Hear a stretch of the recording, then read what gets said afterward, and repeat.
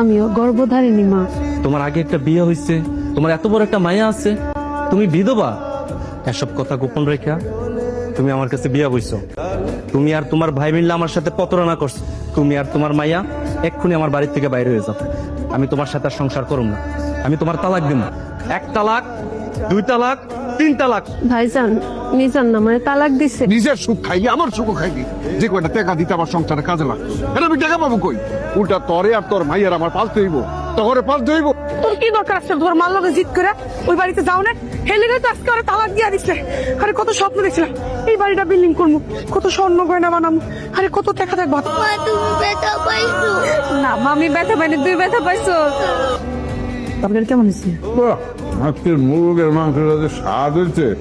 দেখছো তোমার ভাগ্নির কারবারটা দেখছো? খাউন্ডির দিকে লুবির মতো চায় দিছে। এই খাউন দেখলে এমন লুবির মতো চাতে বসবে না? জান দিকা মামি আমি সারাদিন কিছু খাই নাই, মাও কিছু খাই নাই, আমাদের একটু ভাত দিবা?